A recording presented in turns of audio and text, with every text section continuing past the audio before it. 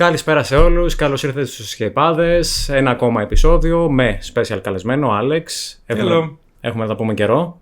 Είχαμε κάνει άλλο ένα. Ναι, ένα στο παρελθόν έχουμε κάνει. Πάλι για Escape.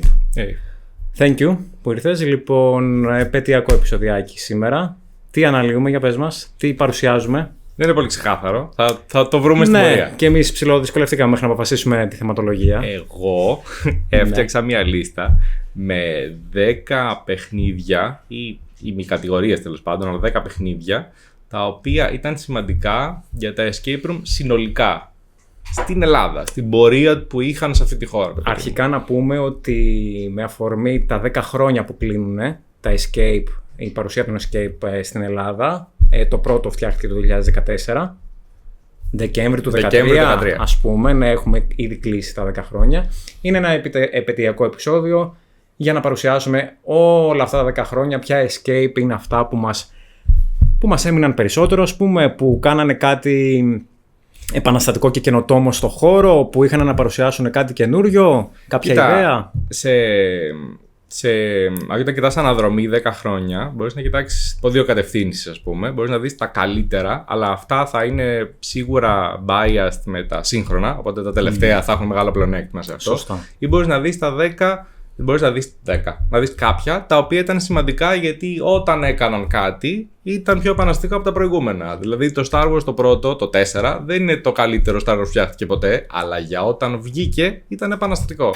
Λοιπόν, να πούμε ότι θα παρουσιάσουμε τα 10 αγαπημένα μας, ας το λέμε έτσι, για να καταλαβαίνουμε, escape rooms, όχι με σειρά από το λιγότερο καλύτερο στο αγαπημένο μας. Εμένα δεν έχουν καμία σειρά. Είναι 10 που ήταν σημαντικά. Ναι, και εγώ τα βάλα με random application, ας πούμε, που μου τα έβγαλε στην τύχη, για να αποφύγουμε παρεξηγήσεις και να μην γίνει κάποια σφαγή στα σχόλια. Εμένα είναι ελαφρώς χρονολογικά, αλλά όχι πολύ.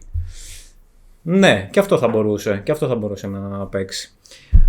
Σκέφτηκα να το κάνω και αλφαβητικά, αλλά τελικά εντάξει. Το έκανα ένα random ανακάτεμα και βγήκε μια λιστούλα. Λοιπόν, ο καλεσμένος μας προηγείται, οπότε πάμε να δούμε το πρώτο escape room που θα ακουστεί. Escape room εταιρεία, τι έχεις? Είναι παιχνίδι το οποίο έχει υπάρξει σε 2 εταιρείες. Όχι από τα πολύ Τι εννοείς? Λοιπόν, σήμερα μπορεί να παιχτεί ως η υπόθεση Thomas Crown. Α, μάλιστα. Είναι στο Mastermind. Στο μοναστηράκι. Υπήρξε σε μια παλιότερη εταιρεία η οποία δεν υπάρχει πια και μετέφερε αυτό το παιχνίδι εκεί. Η υπόθεση Thomas Crown το θεωρώ ξεχωριστό παιχνίδι στην πορεία τόσων ετών, γιατί ενώ αν θεωρήσουμε το Escape Room 101 ένα παιχνίδι καθαρά γρίφων, το Thomas Crown είναι ένα από τα πρώτα παιχνίδια το οποίο ήταν σχεδόν, όχι καθόλου πλήρως, αλλά ήταν σημαντικά όχι παιχνίδι γρίφων. Αλλά δεν ήταν και παιχνίδι δρόμου. Το Thomas Crown είναι ένα παιχνίδι πάρα πολύ πρακτικό. Μοιάζει πάρα πολύ με προσομοίωση ληστείας. Έχει ένα σωρό από πρακτικά εφέ τα οποία κάνει. Το οποίο ναι μεν συναντάει κανείς και αλλού, αλλά το τέτοιος όγκος, το τέτοιο μεγάλο ποσοστό από φυσικά tasks που έχεις να κάνεις μέσα σε ένα παιχνίδι, το Thomas Crown ήρθε πάρα πολύ νωρίς για να μας δείξει κάτι τέτοιο. Οπότε ήθελα να το βάλω σαν ένα από τα σημαντικά παιχνίδια. Είναι και πολύ παλιό παιχνίδι το original, οπότε το έβαλα και πρώτο στη λίστα. Είχα εντυπωσιαστεί, θυμάμαι, με το δωμάτιο, με τα... εντάξει, τώρα αυτό μπορεί να ακουστεί και λίγο spoil, αλλά δεν πειράζει. Με τα laser. Που για τότε, όταν είχε βγει, ήταν λες και συμμετείχε σε ταινία. Ναι, είναι πολύ ωραίες ιδέες που είχε το παιχνίδι και το ότι έχει τέτοια αντίστοιχου τύπου πρακτικά tasks το κάνουν πολύ ενδιαφέρον.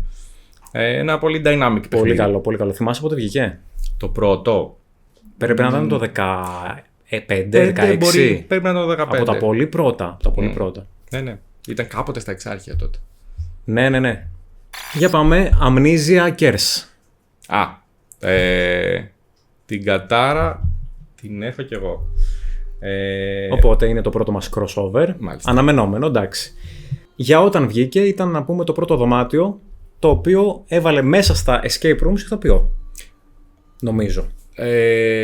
Εγώ τουλάχιστον δεν είχα παίξει κάτι άλλο με άνθρωπο μέσα. Πάρα πολύ κοντά σε άλλο παιχνίδι με ηθοποιό, στο να έχει ηθοποιό, ήταν σίγουρα το πρώτο παιχνίδι που σε κυνηγάει ηθοποιός.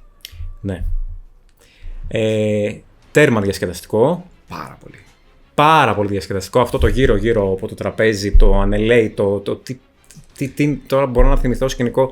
Shout out σε Μαριάννα, Νικόλα, Νατάσα και Βασίλη. Τρενάκι γύρω-γύρω, τραβιόμασταν. Παντελόνια κατεβαίνανε. Άστο, μην το ψάχνεις. Φανταστική φάση. Πολύ γέλιο. Είναι καταπληκτικό πως το ίδιο ακριβώς παιχνίδι άνθρωποι πήγαν και το βρήκαν horror, ταινία, τρόμου κτλ. Και άλλοι πήγαν και το κατάλαβαν ως Scooby-Doo. Ότι είναι μια προσομοίωση μιας παροδίας τρόμου. Και είναι το ίδιο παιχνίδι. Απλά ανάλογα με το ποια οπτική το έβλεπες. Με το πόσο τρομάζεις ουσιαστικά και με τι τρομάζεις. Έτσι. Ναι. Εμείς το είχαμε πάρει σαν κομμωδία. Δηλαδή, που και που όντως κάποιος μπορεί να τρόμαζε, αλλά κατά βάση γελάγαμε με το γύρω-γύρω. Ακριβώς στην ίδια φάση ήμασταν κι εμείς. Υπάρχει ακόμα, έρχεται τώρα. Μια νέα version, μάλλον. Ναι. Είχε κλείσει. Υπήρχε στη Θεσσαλονίκη και τώρα έρχεται και Αθήνα για. Αυτό βρήκαμε στο ίντερνετ τώρα. Είναι ένα από τα δωμάτια τα οποία έκανε μια πρόταση και μετά ακολούθησε, πιάστηκε από αυτή την πρόταση ολόκληρος ο κλάδος και εξελίχθηκε ουσιαστικά. Θα γινότανε, θεωρώ. Σίγουρα. Κάποια στιγμή. Απλά είναι αυτή η διαφορά που είπα τώρα, ότι ο κλάδος εξελίχθηκε πολύ στον τρόμο και όχι στο τόσο χαζοβιόλικο τρόπο να σε κυνηγάει ένα τέρας. Ενώ σε πάρα πολλά παιχνίδια προσπάθησαν να το κάνουν στην πορεία, δηλαδή έχουμε δει ξανά και ξανά αντίστοιχες προσπάθειες του ο ηθοποιός σε κυνηγάει για να σε πιάσει κτλ. Συνήθως βέβαια κατευθύνονται περισσότερο στον τρόμο, δεν το άφηναν τόσο χαλαρά. Το οποίο τώρα ο καθένας το βλέπει όπως θέλει. Είναι παραπάνω theme, είναι λιγότερο βάση στον τρόμο, είναι λίγο πιο στη διασκέδαση.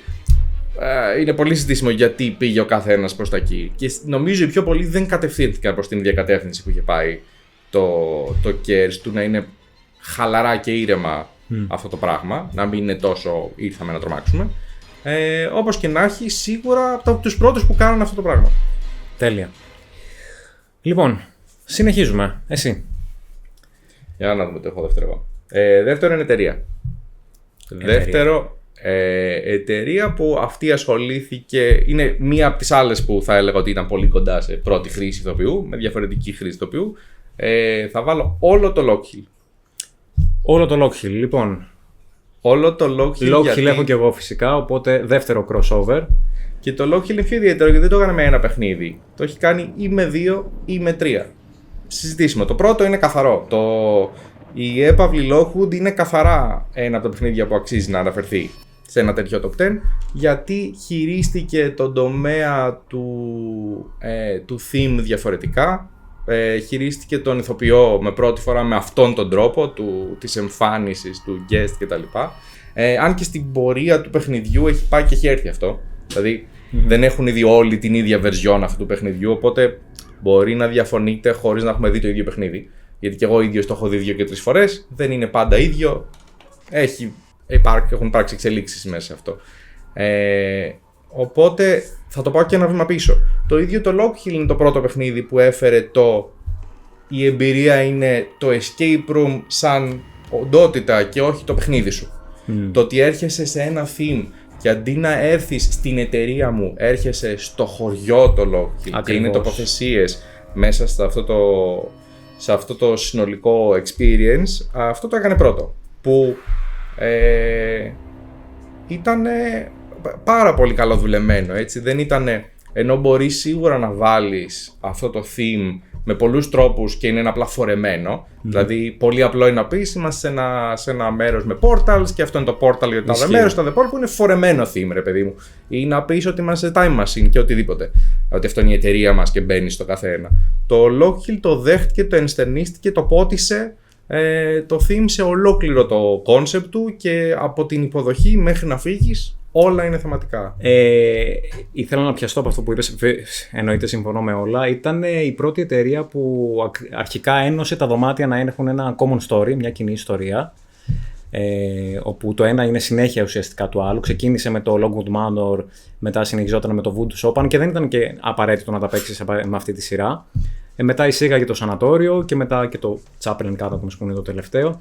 Η πρώτη εταιρεία λοιπόν που είχε μια κοινή ιστορία σε όλα τα δωμάτια ήταν η πρώτη εταιρεία που ουσιαστικά δεν είχε εισαγωγή metagaming. Έμπαινες κατευθείαν μέσα σε ένα ρόλο με το που άνοιγε την πόρτα. Δεν είχε το κλασικό καλώς ήρθατε, δεν επιτρέπεται να ανοίγετε αυτά τα λουκέτα, δεν θα πειράζει, δεν θα σκαρφαλώνετε, δεν υπήρχαν αυτά. Έβγαινε ο ηθοποιός στο ρόλο του και μέχρι που έφευγες, ακόμα και το after γινόταν στα πλαίσια ενός ρόλου. Τι άλλο να πούμε, εντάξει, Chapel and Catacombs, καλύτερο escape room στον κόσμο στα Τερπέκα του 2022. Αυτό είναι που ανέπτυξε όχι σε τέτοιο βαθμό του να φέρει νέα στοιχεία στα escape room στην Αθήνα, του να χρησιμοποιήσει αυτά τα στοιχεία σε υπερθετικό βαθμό. Του να κάνει ένα κολοσσιαίο παιχνίδι σε διαστάσεις, σε χρόνο, σε σκηνικά, σε εφέ, σε οτιδήποτε. Όλα αυτά τα είχαμε ξαναδεί, απλά τα έβαλε όλα μαζί. Οπότε αντί να έφερε ένα φρέσκο νέο στοιχείο, πήρε πάρα πολλά στοιχεία που υπήρχαν ήδη και τα σύνθεσε σε ένα πράγμα. Το Σανατόριο είναι πιο έξυπνο με πολλούς τρόπους σαν παιχνίδι για την εποχή του, δηλαδή χωρίς να κρίνουμε πόσο καλό είναι το κάθε παιχνίδι, το πόσο ξεχωρίζει το ένα από τα υπόλοιπα. Η Έπαυλη σίγουρα ξεχωρίζει και το Chapel σίγουρα ξεχωρίζει. Ενώ και το Σανατόριο ήταν πάρα πολύ καλό. Το Σανατόριο νομίζω κινείται πιο πολύ στα πλαίσια του πώς θα μπορούσε να είναι ένα video game live, ας πούμε. Έχει πολλές επιρροές άλλωστε από το Silent Hill. Πέμπτο και το Σανατόριο, τα βλέπω κιόλας, έχω και τα σκονάκια μου. Πέμπτο και το Σανατόριο στα Τερπέκα του 2020 και αυτό πήγε πάρα πολύ καλά. Chapel and Catacombs πέρυσι τρίτο, πάλι top 3. Μιλάμε για top 100 τώρα, έτσι. Για αυτούς πολύ λίγους που μπορεί να με θυμάστε στο Low Hill. Έχω υπάρξει στο Low Hill, έχω κάνει ένα παράθυρο εμφάνισης. Δεν έχω φτιάξει εγώ κάτι από το Low Hill, εγώ απλά δούλευα για λίγο εκεί. Δούλευε για λίγο ως GM. Οπότε ξέρει να σας τα πει και τα ευτράπελα από πρώτο χέρι, αλλά ίσως αυτό το αφήσουμε για ένα άλλο επεισόδιο. Η πρώτη εταιρεία που έκανε event. Τα event τα θεωρώ άλλο πράγμα. Ναι, αλλά ήταν μέσα στο Escape. Συμφωνώ. Το 2015, το Halloween του 2015 που έκανε το Low Hill The Beginning, όπου εκεί ουσιαστικά είδαμε πρώτη φορά το τι είναι σε προημοστάδε βέβαια, αλλά αυτό ήταν τα cinematics στα escape rooms. Κατά κάποιο τρόπο. Cinematics, εντάξει. Και το ίδιο το Low Hill κάνει δικά του cinematics, τα κανονικά του παιχνίδια. Απλά ήταν. Στην Έπαυλη, ας πούμε, δεν είχε cinematics. Υπήρχαν κάποια ηχητικά, εντάξει, ναι. Αλλά τώρα να βλέπεις ηθοποιούς να γίνεται μια δράση από τους ηθοποιούς μπροστά σου και εσύ να παρακολουθείς, νομίζω ήταν. Στην ουσία τα event, όλα και το The Beginning, πατάνε πιο πολύ σε άλλα πράγματα που δεν είναι escape room. Πατάνε πιο πολύ σε θέατρο, πατάνε πιο πολύ σε διαδραστικές εμπειρίες, πατάνε σε τέτοια. Θέλω να τα αφήσουμε γιατί θα σου βάλω τα events μετά. Έχεις ξεχωριστή λίστα για τα events? Έχω άλλη επιλογή που είναι το καλύτερο event. Μάλιστα. Πάρα πολύ ωραία. Και συνεχίζουμε. Silent Hills 2 PT. Mindtrap. Πειραιάς. Πιάσαμε ένα που δεν έχω παίξει. Εντάξει, δεν έχουμε crossover. Θα σου πω τι έγινε. Όταν εγώ πήγα να παίξω το Silent Hills, δεν είχα δει το PT στο YouTube. Δεν ήξερα περί τίνος πρόκειται. Δεν ήξερα καν ότι το Mindtrap έχει κάνει ουσιαστικά replicate το παιχνίδι, το playable trailer τέλος πάντων του Kojima σε παιχνίδι. Και ότι είχε πάρει αυτή την ιδέα. Ξέρεις περί τίνος πρόκειται? Ναι, έχω παίξει το PT. Α, το έχεις παίξει το PT. Ναι, ακόμα θυμάμαι τις φρίκες. Λοιπόν, οπότε όλη αυτή η φάση με τη λούπα μου κάψε τον εγκέφαλο. Γιατί φαντάζομαι πως είναι να το παίζεις, να το βλέπεις στο YouTube, να το παίζεις live, η φάση είναι τελείως διαφορετική. Έφυγα και ήμουνα τρελαμένος, λέω τι έπαιξα τώρα. Τα cinematics απίστευτα, τρόμος full, τρόμος όχι κάτι extreme, κινηματογραφικός. Pyramid Head και διάφορα άλλα. Υπάρχει ακόμα να πας να το παίξεις. Okay. Πολύ, πολύ καλό. Σκηνικά super και είναι πάρα πολύ κοντά. Σχεδόν ολόιδιο βασικά στο PT το βίντεο, το playable. Μετά το Low Hill έχω την άλλη εταιρεία που έκανε κάτι παρόμοιο με μια δική της γεύση. Γειτονάκια με πολλούς τρόπους. Εγώ έχω βάλει το Room 54. Crossover. Εύκολο το έχω το Room 54. Το Room 54, ακολουθώντας λοιπόν Room 54 γενικά, γιατί εγώ έχω βάλει το Ring of Protection, που είναι το πρώτο που έπαιξα τότε. Ολόκληρο. Ολόκληρο. Εντάξει, εγώ έβαλα στοχευμένα δωμάτιο. Γιατί άλλαζε πολύ τη γεύση του ανά παιχνίδι που έκανε. Ναι. Το Room 54 είναι, θα το πω, μια σειρά παιχνιδιών, τα οποία κάνουν λίγο παραπάνω bleed σε RPG παιχνίδια, χωρίς να είναι RPG παιχνίδι, ρε παιδί μου. Ναι. Με όλο αυτό το άνοιγμα του κάνεις ό,τι νομίζεις. Αλλά είναι παιχνίδια που ακολουθούν και αυτά μια κοινή ιστορία, όπως το Lockhill. Όχι όλα μεταξύ τους, αλλά όλα δεν συνδέονται μεταξύ τους. Υπάρχει μια κοινή μυθολογία από πίσω, ένα κοινό lore. Κάποια είναι sequels το ένα του άλλου, αν θυμάμαι καλά, αλλά το βασικό τους είναι ότι όλα βασίζονται σε μια βάση, μια μυθολογία που έχει γραφτεί από το δημιουργό των παιχνιδιών, το Γιώργο. Γεια σου ρε Τζόρτζ. Γιώργιδες. Που δημιούργησαν αυτά τα παιχνίδια με όλη αυτή την ιστορία και εσύ παίζεις κομμάτια της και σου δίνουν με διαφορετικούς τρόπους, με διαφορετικές τεχνικές, επιλογές, τα οποίες έχουν να κάνουν με το πώς βλέπεις εσύ την ιστορία και πώς διαλέγεις να χρησιμοποιήσεις το χαρακτήρα σου. Επιλέγεις ένα χαρακτήρα, έτσι να πούμε, σαν ρόλο, ο οποίος έχει διαφορετικές ιδιότητες, οπότε πορεύεσαι με αυτές και ενδεχομένως να επηρεάσουν κάπως και τη ροή του game. Πολύ διαφορετικό, πολύ ωραία πρόταση. Πάρα πολύ δυνατό. Και δεν νομίζω ότι δεν έχει βγει και κάτι άλλο που να το κάνει beat αυτό μέχρι στιγμής. Δεν υπάρχουν πολλά πράγματα με το Room 54, γιατί δεν είναι και απλό πράγμα να κάνεις κάτι τέτοιο. Πάρα πολύ δυνατό πάντα ήταν το Room 54 και στο acting του και στο πώς η ιστορία έχει γράψει και στους γρίφους του. Πάρα πολύ δυνατά παιχνίδια. Οπότε σίγουρα είναι μια ξεχωριστή παρουσία μέσα σε αυτό που λέμε escape room. Τέλεια. Λοιπόν, συνεχίζουμε. Ελεξορσίστα. Καταπληκτικό, ναι. Τρόμος στα καλύτερά του, έτσι, δεν υπάρχει. Και νομίζω ότι αν μπορούμε να πούμε ότι έκανε κάτι καινούριο στο χώρο, ότι η καινοτομία που σύστησε είναι τα ακροβατικά στα ταβάνια του ηθοποιού. Ακόμα δεν έχω καταλάβει πώς γίνεται αυτό το πράγμα. Είναι πολύ εντυπωσιακό να το βλέπεις. Έχω πάει 2 φορές. 2. Ωραίος, δυνατός. Έχω πάει 1. Δεν ξέρω αν θα ξαναπήγαινα, για να είμαι ειλικρινής, γιατί παρόλο που μου αρέσουν τα τρόμου, έχω και ένα όριο που εκεί. Ξέρεις, πώς λέμε ότι υπάρχει ένα safe word να λες όταν ξεπερνάς τα όρια. Ήμουνα στο τσάκ λίγο να το πω. Φοβερά cinematics και εκεί. Σίγουρα. Για πες για τη δική σου εμπειρία εκεί, πώς ήτανε.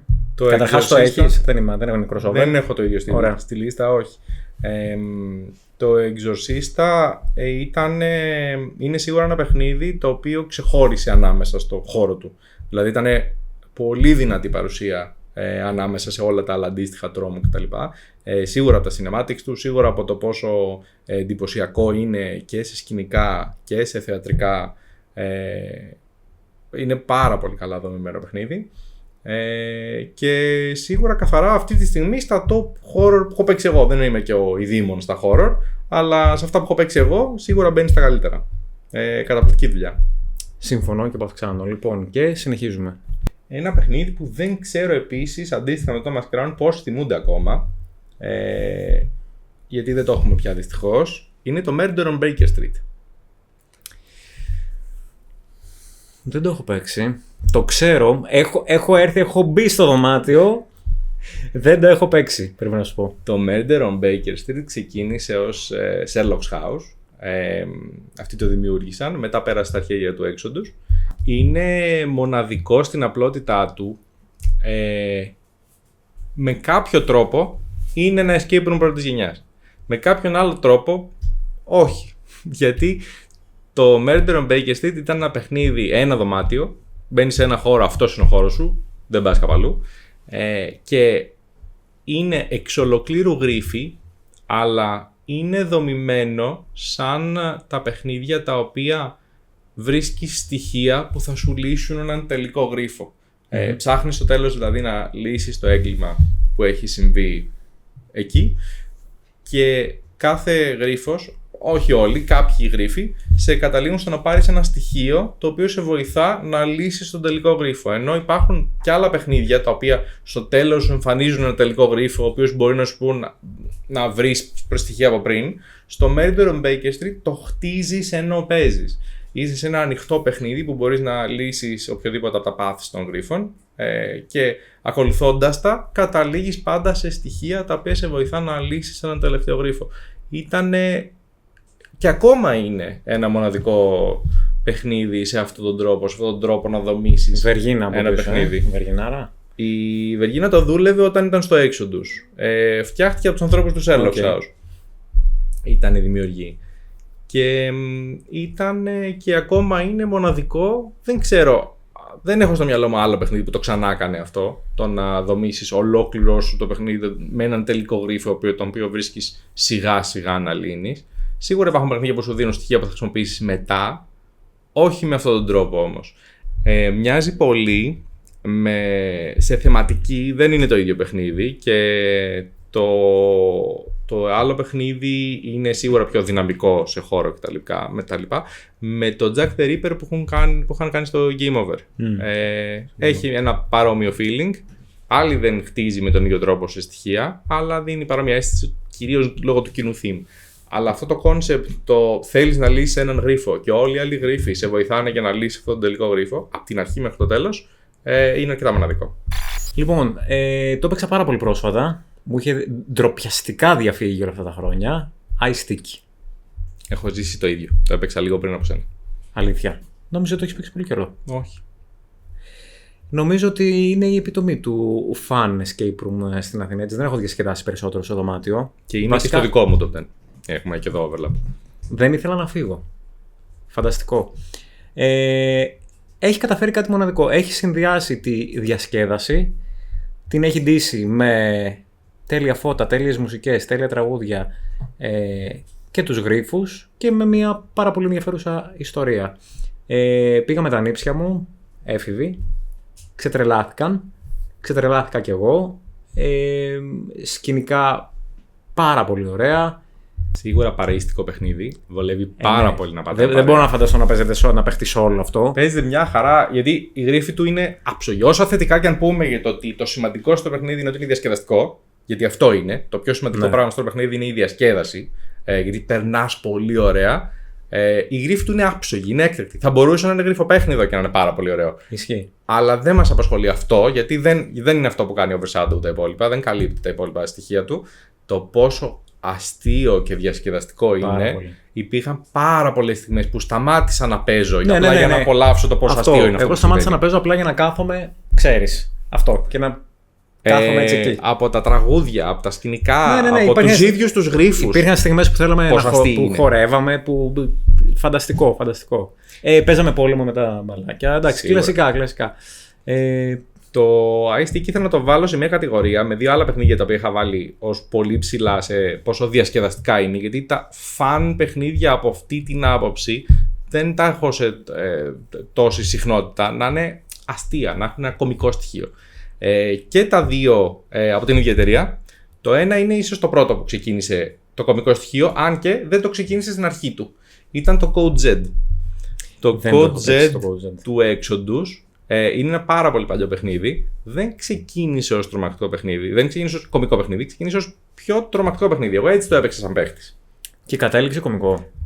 Παράθυρο. Επίσης έχω υπάρξει για πολύ πολύ λίγο στο Code Z. Έχω πολλούς φίλους με escape room. Τι να κάνω. Το παιχνίδι όμως στην πορεία αποφάσισαν να το κάνουν πιο κωμικό. Όπως άλλαζαν ηθοποιοί και το παιχνίδι ακολουθούσε και λίγο το acting που είχε ο καθένας. Άρχισε να κυλάει περισσότερο στο κωμικό. Και εγώ θεωρώ. Τους βγήκε, αυτό έχει σημασία. Ότι δούλευε καλύτερα. Ήταν πολύ ωραίο και ως δραματικό zombie story. Αλλά ως κωμικό παιχνίδι ήταν ταυτόχρονα και πολύ ωραίο, αλλά και ένα ξεχωριστό πράγμα που δεν συναντούσε συχνά. Ξεκίνησε από George Romero και κατέληξε Sam Raimi, δηλαδή σαν να λέμε. Ακριβώς. Δεν θα μπορούσε να το δώσει καλύτερα. Αυτό έκανε. Και το άλλο παιχνίδι του Exodus που ξεκίνησε ως κωμικό και έμεινε ως κωμικό ήταν το Fortune Teller. Φοβερό. Ένα διασκεδαστικότατο παιχνίδι. Φανταστικό. Οπότε Υπέροχο. δεν μπορώ να τα συγκρίνω αυτά τα τρία. Να βάλω δίπλα-δίπλα το Ice Sticky, το Fortune Teller και το Code Jet. Είναι πολύ διαφορετικά μεταξύ τους. Πάρα πολύ. Αλλά είναι και τα τρία φαν παιχνίδια που πας γιατί θα κάνεις χαβαλέ, γιατί είναι αστείο, γιατί θα έχεις αυτό το feeling. Και μετά το Ice Sticky συνεχίζουμε στο δικό σου επόμενο. Στο δικό μου επόμενο πάλι έχω μια μικρή κατηγορία. Αυτή η μικρή κατηγορία είναι που αναφέραμε πριν. Είναι τα events. Είναι τα... Κάναμε μια μικρή εισαγωγή, ας μιλήσουμε λίγο. Αφού κάνουμε κάτι επαιτειακό λοιπόν για την πορεία των escape room, θα αναφέρω τρία παιχνίδια που είναι και δεν είναι escape room. Πατάνε πάρα πολύ στο να μην είναι escape rooms, αλλά είναι φτιαγμένα από εταιρείες escape room, είναι φτιαγμένα σαν ιστορίες από αντίστοιχες θεματικές, οπότε θα τα βάλουμε και αυτά εδώ. Τα τρία που έχω διαλέξει είναι το Blood Trial του Room 54. Ναι, ακριβώς. Θα έλεγα και εγώ για το Blood Trial. Είναι το προαναφερθέν Log Hill The Beginning. Και είναι το Contamination που πάλι περιέχει Room 54 και Exodus. Αν ψάχνετε να βρείτε τις αγαπημένες μου εταιρείες, δεν θα δυσκολευτείτε ιδιαίτερα αυτό το βίντεο. Είναι πασφανές νομίζω. Ωραία. Εγώ από αυτά τα τρία διάλεξα το Contamination. Ας αναφέρω όμως και τα τρία. Το Log Hill The Beginning είπαμε ότι είναι μια ολική εμπειρία την οποία ζούσε στο Log Hill, για όσες φορές συνέβη δηλαδή. Και έβλεπες να εξελίσσεται η ιστορία την οποία ήξερες από το παιχνίδι. Και κάτι που δεν είπαμε πριν, είχες και εκεί την επιλογή. Υπήρχε και εκεί η επιλογή. Η επιλογή στο τέλος. Πάταγε σίγουρα στο διαδραστικό θέατρο. Και δηλαδή ξεκάθαρα αυτό το παιχνίδι θα μπορούσε να έρθει είτε από διαδραστικό θέατρο είτε από escape room. Και ήταν αυτό που ήταν, το άθροισμα των δύο. Δεύτερο, αν βάλουμε το Blood Trial, επίσης πολύ παρόμοιο σαν λογική που έχει φτιαχτεί. Δεν είχε τύχει να το παίξω. Το Blood Trial ήταν όπως και το Contamination εκτός Αθηνών. Όχι, το Blood Trial ήταν στο χώρο του Room 54. Το Contamination θυμάμαι ήταν πουλμανάκι και κάπου στη Θήβα, εξωτερικό όλο, open world. Το Blood Trial λοιπόν ήταν ακόμα μια ιστορία μέσα σε αυτή τη μυθολογία που έχει φτιαχτεί γύρω από το Room 54, που συναντούσες χαρακτήρες για τους οποίους διαβάσει σε άλλα παιχνίδια και ήταν event με τα όλα του, δηλαδή με το να έχει λίστα με τους καλύτερους παίχτες, με το να δώσει κάποια βραβεία στο τέλος, με το να έχει πολλούς ηθοποιούς σε ένα τέτοιο παιχνίδι. Πάρα πολύ δυνατό event. Ταυτόχρονα με πολύ ωραία ιστορία το ίδιο το παιχνίδι, με πολύ ωραίους γρίφους κτλ. Και το Contamination είναι μάλλον το πιο grand πράγμα από όλα αυτά που αναφέραμε.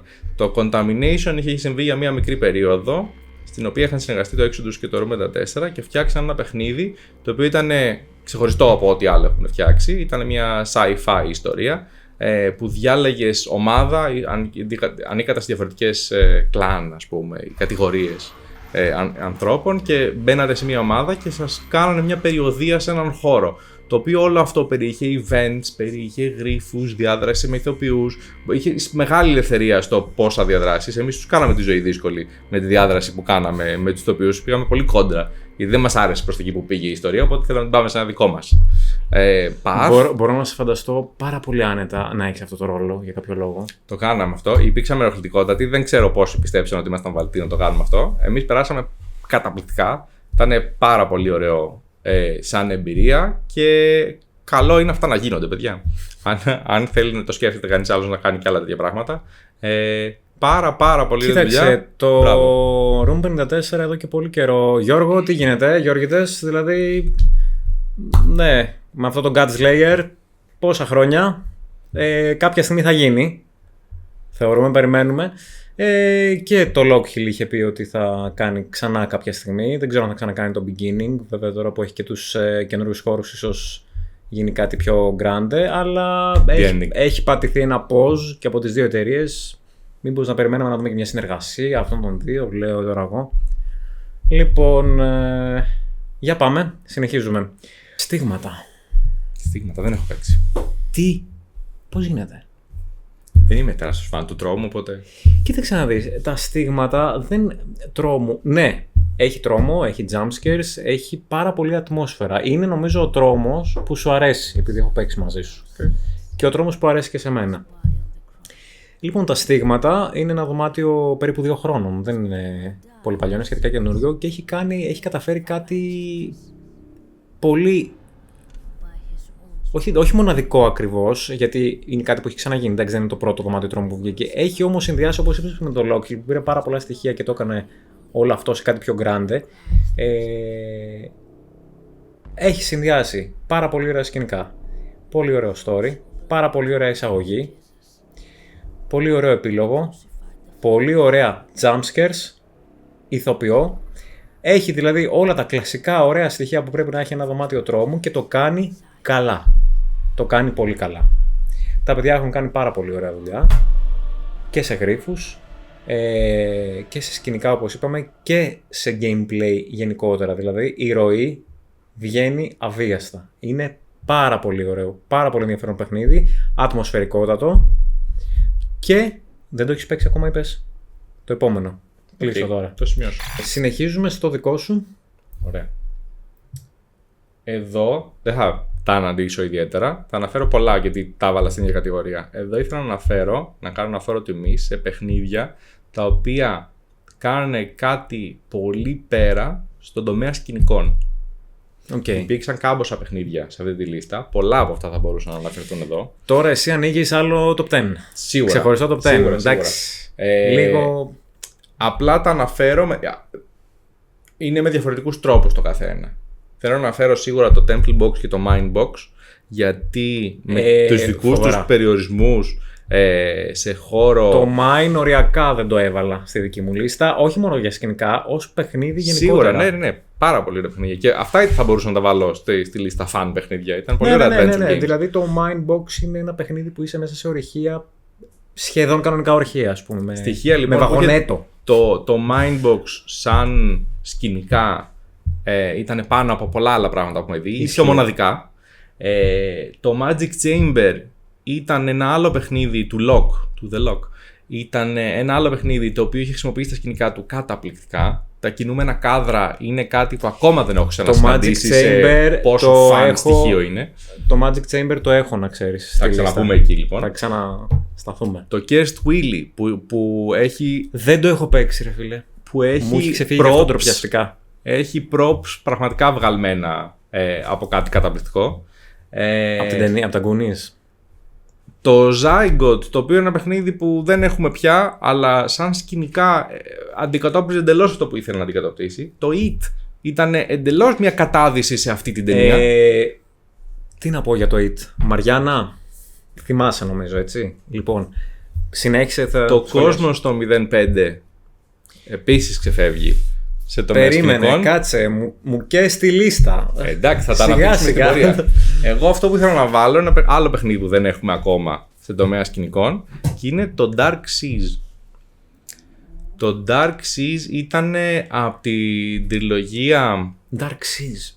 Ήταν από την τριλογία της Αλίκης της Χώρας Θαυμάτων. Δεν έχω επαφή πολύ, αλλά νομίζω κατάλαβα ποιο λες. Του Brainfall Hotel, αν θυμάμαι καλά, στην εταιρεία. Διορθώστε με, συγγνώμη. Που ήταν μια τριλογία της Αλίκης Χώρας Θαυμάτων. Και το τρίτο τους παιχνίδι, το Dark Seas, είχε σαν βασικό σκηνικό του παιχνιδιού ένα πλοίο. Δεν υπάρχει πλέον αυτό το παιχνίδι. Όχι, δυστυχώς. Ήταν ένα σχεδόν ολόκληρο μικρό σχετικά πλοίο και έπαιζε πάνω σε αυτό το παιχνίδι. Δηλαδή οι άνθρωποι σε ένα δωμάτιο χτίσαν ένα καράβι. Αυτό σε τομέα σκηνικών δεν ξέρω αν θα το ξαναδούμε ποτέ. Είναι αδιανόητα καταπληκτικό από το που φτιάξανε. Αδιαφορώντας για το τι συμβαίνει με το παιχνίδι, με την ιστορία του, με οτιδήποτε, όλα αυτά, το ότι έπαιζε ένα παιχνίδι μέσα σε ένα πλοίο από μόνο του ήταν ένα απίθανο στοιχείο. Καταπληκτικό σε τομέα σκηνικών. Οπότε ήθελα να φέρω όλα αυτά τα παιχνίδια σαν εντυπωσιακά σκηνικά και πώς ήτανε, αλλά νομίζω αυτό που έκανε το Dark Seas δεν το έχουμε ξαναδεί, ούτε και πρόκειται. Δεν ξέρω πόσοι άλλοι θα δεχτούν να χτίσουν ένα ολόκληρο καράβι ή κάτι αντίστοιχο μέσα σε ένα escape room, απλά για να είναι background. Ισχύει. Κρίμα που δεν το πρόλαβα, δυστυχώς. Λοιπόν, το επόμενο δικό μου είναι το Magic Chamber και το Age of Dawn. Γιατί αυτά είναι της ίδιας εταιρείας, είναι The Lock. Νομίζω ότι το επίπεδο των σκηνικών είναι άφταστο. Η ποιότητα. Το Magic Chamber είναι ακριβώς όλα όσα είπες. Και εγώ είχα μείνει όταν το έπαιξα την πρώτη φορά, με τα κινούμενα κάδρα, με τα περάσματα, με τα σκηνικά. Κάθε βήμα είναι όντως μαγικό. Παρόλο που είναι ένα δωμάτιο που δεν είναι πάρα πολύ μεγάλο, είναι όσο χορταστικό χρειάζεται. Τώρα, αντιθέτως, το Age of Dawn είναι ένα μεγάλο δωμάτιο, το οποίο είναι επηρεασμένο από το Game of Thrones, έτσι. Το έχεις παίξει? Σε πολύ αρχικό playtest, οπότε έχω μια στρεβλή εικόνα για το παιχνίδι. Πολύ εντυπωσιακά σκηνικά και εκεί. Το βλέπεις παντού, σε κάθε δωμάτιο. Από το τεράστιο μοναστεριακό τραπέζι που βλέπεις στην αρχή, μέχρι, τι να πω, τα κελιά, τα περάσματα, τους πυρσούς, οι γρίφοι πάρα πολύ ωραίοι. Θυμάσαι το γρίφο με τον κύβο? Όχι. Φανταστικός. Αυτό το μαγικό feeling που έβγαζε το Magic Chamber ήταν πολύ μοναδικό στοιχείο. Δεν ξέρω αν το καταφτάνουν άλλα παιχνίδια, αν και άλλα παιχνίδια μπορούν να φτάσουν στο επίπεδο μαγείας, ας πούμε. Δύσκολη γρίφη, έτσι. Ήταν. Δύσκολη γρίφη, να το πούμε αυτό. Υπάρχει και η Kids version, όπως και στα περισσότερα παιχνίδια του The Lock, που φαντάζομαι είναι λίγο πιο βατή. Εμείς είχαμε σπαζοκεφαλιάσει όμως. Το θυμάμαι χαρακτηριστικά αυτό. Ή απλά ασχολείσαι μόνο με τα κάδρα. Είναι... Και περνάμε σε σένα. Ελπίζω να έχουμε overlap εδώ. Γιατί... Λογικά θα έχουμε, γιατί νομίζω πλησιάζουμε προς το τέλος. Όσο κι αν ανέφερα δεν γίνεται να μην αναφερθεί, ναι. Παιχνίδια που κάνανε κάτι ξεχωριστό, κάτι που δεν έχει ξαναγίνει. Το επόμενο που θα αναφέρω, νομίζω, δεν έχει κάνει κάτι που δεν έχει κάνει κανείς άλλος. Δεν έχει κάνει κάτι μοναδικό. Απλά έκανε ό,τι κάνουν οι άλλοι περισσότερο και καλύτερα. Το βιβλιοπωλείο. Αυτό. Bookstore λοιπόν. Overlap, ξεκάθαρο. Δεν γίνεται μια τέτοια λίστα χωρίς το βιβλιοπωλείο. Δεν νομίζω ότι μπορεί να λείπει από τα escape rooms της Αθήνας γενικότερα το βιβλιοπωλείο και το Paradox γενικότερα. Έχει βάλει υπογραφή ανεξίτηλη. Το βιβλιοπωλείο δεν νομίζω ότι χώρα ζήτηση ότι είναι στα καλύτερα παιχνίδια που έχουν φτιαχτεί, μάλλον. Δηλαδή δεν έχω παίξει τόσο σεβαστό κομμάτι από τα παγκόσμια escape room, αλλά δεν μπορώ να φανταστώ ότι είναι τόσα πολλά που είναι πολύ καλύτερα από το βιβλιοπωλείο. Είναι απλά ο υπερθετικός βαθμός στο νέο escape room. Είναι τεράστιο, με πάρα πολλούς γρίφους. Τεράστιο και σε διάρκεια, έτσι. 3 ώρες. 3 και 20. 3 και 20, σχεδόν 3,5. Με πάρα πολλούς. Δεύτερο escape room στον κόσμο, Τερπέκα 2020. Εγώ λέω τα τρίβια ταυτόχρονα. Με πάρα πολλούς γρίφους, εναλλαγές δωματίων, με τεράστια ιστορία, με εναλλαγές θεματικής στο πώς βλέπεις, με μουσική που δεν είμαι όλα όσα κάνεις. Φοβερά σκηνικά, πολλή δουλειά, πολλή δουλειά. Τίποτα αυτά τα δεν ήταν λοιπόν ανήκουστο πριν το κάνει το Paradox. Δεν νομίζω ότι μπήκε κανείς και είπε ότι δεν το έχω ξαναδεί αυτό, αλλά το επίπεδο ποιότητας το οποίο συνέβη και ο όγκος όλου αυτού. Υπάρχει κάτι που εγώ δεν είχα ξαναδεί. Κατάλαβα τι θέλεις, αλλά είχε ξαναγίνει. Εγώ δεν το είχα ξαναδεί, οπότε μόλις έγινε ήμουνα τύπου σαν μικρό παιδί, μπορείς να φανταστείς. Κατάλαβες τι εννοώ. Ναι. Που εκεί μένεις λίγο με ανοιχτό το στόμα όταν το βλέπεις. Αγαπημένο Paradox, φοβερό, όπως και το 2, η συνέχεια, το τρίτο δωμάτιο. Και πολύ αυτό. Ωραίο παιχνίδι, απλά είναι βήμα κάτω από το βιβλιοπωλείο, σε την υπέρβαση escape room που είναι το βιβλιοπωλείο. Συμφωνώ. Βιβλιοπωλείο super, και νομίζω ότι αν μιλάμε καθαρά για γρυφοδωμάτια στην Αθήνα, προσωπική μου άποψη είναι ότι είναι ξεπέραστο. Αν κάποιος δηλαδή θα σε ρωτήσει ποιο γρυφοδωμάτιο να παίξω και να χορτάσω, δεν νομίζω ότι υπάρχει καλύτερη πρόταση. Με σημαντικό αστερίσκο. Είναι μάλλον το πιο δύσκολο παιχνίδι που έχουμε στην Αθήνα. Ναι. Δηλαδή είναι. Ενώ παλιότερα θυμάμαι όταν πρώτο ξεκίνησα να μου λένε ότι το τάδε είναι δύσκολο, πήγαινε αφού παίξεις μερικά. Θεωρώ ότι δεν ισχύει για όλα τα escape room εκτός το βιβλιοπωλείο. Το βιβλιοπωλείο, επειδή ακριβώς είναι ο υπερθετικός βαθμός, έχει τόσους πολλούς και σύνθετους και ωραίους γρίφους, αλλά πρέπει να είστε δυνατή ομάδα. Πρέπει να έχετε όλη εμπειρία, να είστε σε καλή μέρα κτλ. Δεν είναι casual, τι να κάνουμε σήμερα. Είναι και μεγάλο σε διάρκεια. Είναι και μαραθώνιος. Ναι, είναι μαραθώνιος. Αφού κάνεις διάλειμμα, νομίζω, κάπου στη μέση σου προτείνει. Συνήθως, αν θες, ναι. Και εγώ έχω αφήσει για το τέλος το αγαπημένο Escapolis, όπου θέλω να αναφερθώ και στο Cosmos 05 που είπες εσύ, για τα σκηνικά, τα απίστευτα, και το Elevator, που είναι το μικρότερο escape room που υπάρχει αυτή τη στιγμή στην Αθήνα, στην Ελλάδα μπορεί και γενικότερα, δεν ξέρω. Γενικότερα σίγουρα όχι. Το οποίο είναι εντάξει, ίσως. Το blind mode ήταν σίγουρα μικρότερο, έχει κλείσει. Πόσο πιο μικρότερο ήταν από ένα Sancerre? Λίγο. Αλήθεια. Ήταν πριν του Elevator. Pro Elevator. Νομίζω όχι. Okay. Αλλά το blind mode παίζεται με 2 άτομα σε κλειστό. Ήτανε πάντως και αυτό μια πρόταση, μια καινοτομία που δεν υπήρχε στο χώρο και έπιασε αυτή τη θέση, ας πούμε, σαν το μικρότερο δωμάτιο, από το οποίο δεν του λείπει κάτι, έτσι, ούτε τα εφέ, ούτε η γρίφη, είναι super. Αλλά θέλω να κάνω και μια ιδιαίτερη ερμηνεία στο Creepy Store, το οποίο εγώ αγαπάω πάρα πολύ. Είναι σαν να μπαίνεις σε ένα κόσμο παραμυθιού, σαν να βουτάς μες στο Halloween. Το αγαπώ, δηλαδή δεν νομίζω ότι υπάρχει καλύτερο παιχνίδι για να παίξει κάποιος την περίοδο του Halloween και να το ζήσει όλο αυτό. Δύσκολη και εκεί λίγο η γρίφη, αλλά παρόλα αυτά πάρα πολύ φαν. Μου αρκεί, το πρώτο μισάωρο μου αρκούσε εμένα το πρώτο μισάωρο απλά να κάθομαι και να χαζεύω γύρω τα σκηνικά. Νιώθεις σαν να έχεις μπει στο σπιτάκι της μάγισσας του Hansel και Gretel. Είναι αυτό ακριβώς. Υπέροχο. Γενικά εγώ αγαπώ Escapepolis πάρα πολύ. Και εκεί συναντάμε πολύ υψηλό επίπεδο σκηνικών. Και φυσικά το Cosmos 05 που είπες και εσύ, το οποίο είναι ένα αρκετά παλιό δωμάτιο, ας πούμε, που όταν φτιάχτηκε ήταν κάτι τελείως διαφορετικό και καινούριο. Ήταν ουσιαστικά ένα πραγματικό διαστημόπλαιο. Μπαίνεις μέσα σε ένα διαστημόπλαιο. Βλέπεις το πιλωτήριο, ας πούμε. Το Cosmos 05, εγώ έχω να πω ότι σαν σκηνικά, δηλαδή αν κρατήσεις το σκηνικό όπως είναι, δεν ξέρω πως υπάρχουν παγκοσμίως καλύτερα σκηνικά σε αυτό το πράγμα. Δηλαδή μπορείς να στήσεις τον ίδιο χώρο, υποθέτω 35 διαφορετικά παιχνίδια και θα δουλεύουν όλα, γιατί φτιάξαν ένα διαστημόπλαιο. Είναι αυτό. Ισχύει. Είναι ένα διαστημόπλαιο. Το τελευταίο μου πάλι mini category έχει να κάνει με το να πας σε ένα παιχνίδι για να δεις ένα παιχνίδι, για να παρακολουθείς μια παράσταση. Είναι πολύ συχνό tagline σε marketing πράγματα τώρα να πας το ζει σε ένα escape room, είναι σαν να βιώνεις μια ταινία. Πολύ συνηθισμένο. 90% των περιπτώσεων δεν ισχύει.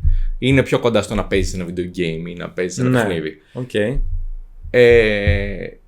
3 από τις φορές που θα αναφέρω είναι παιχνίδια που εγώ πήγα και δεν ένιωθα ότι παίζω. Ένιωθα ότι παρακολουθώ. Η πρώτη φορά που το θυμάμαι ήταν το The Ring στο Κερατσίνι, στο Exitus, το οποίο είχε ένα performance που ήταν επάξιο του The Ring. Δηλαδή, αν κάποιος πήγαινε εκεί για να δει ένα τέρας να βγαίνει από ένα τραπέζι και από ένα πηγάδι και από μια τηλεόραση, θα έβλεπα αυτό. Ορίστε. Πάρτο. Ναι. Οπότε βίωνες κομμάτια από την ταινία, ξεκάθαρα. Είχε μεν παιχνίδι ενδιάμεσα, είχε γρίφους, αλλά πήγαινες εκεί για να βιώσεις την εμπειρία του. Ήρθε η Σαμάρα να μας πάρει. Δεν ζούσες. Το παιχνίδι που το ένιωσα πιο καθαρά από όλα αυτό ήταν το Requiem. Ούτε αυτό. Το Requiem ήταν το πρώτο παιχνίδι στο οποίο ένιωσα την αλλαγή της πορείας που είχε ο χώρος στο να βγαίνουν παιχνίδια τρόμου τα οποία είναι λιγότερο παιχνίδια. Είναι περισσότερο μια διαδραστική εμπειρία, περισσότερο το μπαίνω για να περάσω κάτι.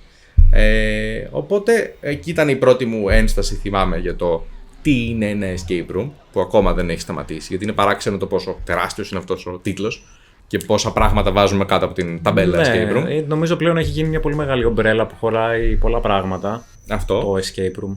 Οπότε το γιατί πλέον ουσιαστικά δεν είναι καν rooms κάποια. Καλά, σίγουρα. Το rooms έφυγε πολύ νωρίς. Ναι. Και το escape έφυγε. Και το escape έφυγε, ναι. Το Requiem λοιπόν του Mystery Lab ήταν η πρώτη εταιρεία που με έκανε να σκεφτώ πολύ καθαρά ότι παίρνει μια αλλαγή ο χώρος και ότι κινούμαστε πια σε κάτι να είναι λιγότερο παιχνίδι. Γιατί εγώ ασχολιόμουν όταν βρίσκω παιχνίδια. Αλλά τελευταίο θα βάλω ως αγαπημένο μου σε αυτή την κατηγορία το The Butcher του Escapepolis. Οπότε κλείσαμε και οι δύο με Escapepolis γαλάτσι. Δεν το είδα να έρχεται όντως. Για πες για Butcher. Το Butcher, όπως ανέφερα λοιπόν νωρίτερα, αυτή η κατηγορία είναι παιχνίδια που ζεις το παιχνίδι. Το The Butcher δεν είναι τίποτα παραπάνω. Στο The Butcher δεν νιώθεις πολλές φορές ότι τώρα σταματάω να παίζω την ταινία μου για να λύσω λίγο γρίφους. Είναι αρκετά γαλαχτισμένο ό,τι task έχεις να κάνεις μέσα στην ίδια την πορεία της πλοκής αυτής, για να μην το πω παιχνίδι. Οπότε το The Butcher είναι ό,τι πιο κοντά έχω δει στο tagline του marketing, ζήσε την εμπειρία. Το The Butcher δεν είναι παιχνίδι. Είναι αυτή η εμπειρία, είναι μια διαδραστική εμπειρία. Το έπαιξα σε ένα από τα τελευταία playtest, οπότε ελπίζω να μην είχε αλλάξει ιδιαίτερα σε αυτό. Αλλά το... εντάξει, για να το κάνουμε λίγο πιο κατανοητό και να καταλάβει και ο κόσμος. Παίζεις, έχει γρίφους να λύσεις, ναι, έχει μια ροή να ακολουθήσεις, έχεις πράγματα να κάνεις. Αλλά αυτό που θες να πεις ουσιαστικά, και διόρθωσέ με αν κάνω λάθος, είναι ότι είναι τόσο κινηματογραφικό αυτό που ζεις και η ροή και αυτά που συμβαίνουν στη σειρά που συμβαίνουν και αυτά που βλέπεις να γίνονται και το πώς γίνονται, που όντως είναι σαν να σου λέει έλα να παίξεις σε μια ταινία, σε μια crime ταινία. Συμμετέχεις σε ένα τέτοιο experience, ναι. Δηλαδή είναι ό,τι πιο κοντά έχω ζήσει σε αυτό το πράγμα. Το οποίο είναι το δικό του think και πάρα πολύ μου άρεσε το ότι ήταν αυτή η εμπειρία. Οπότε θα το ξεχωρίσω και αυτό σαν ένα τη λίστα. Οπότε το τελευταίο της λίστας μου είναι το The Butcher. Κλείσαμε και 2 με Escape λοιπόν. Ναι. Τέλεια. Λοιπόν, έχουμε να κάνουμε με τίποτα honorable mentions ή... Είχα κρατήσει η πρώτη μου λίστα ήταν 29 δωμάτια, οπότε γι' αυτό κατέληξα με κατηγορίες. Αλλά νιώθω πολύ ικανοποιημένος με τη συζήτηση που κάναμε. Νομίζω και εγώ τα καλύψαμε αρκετά.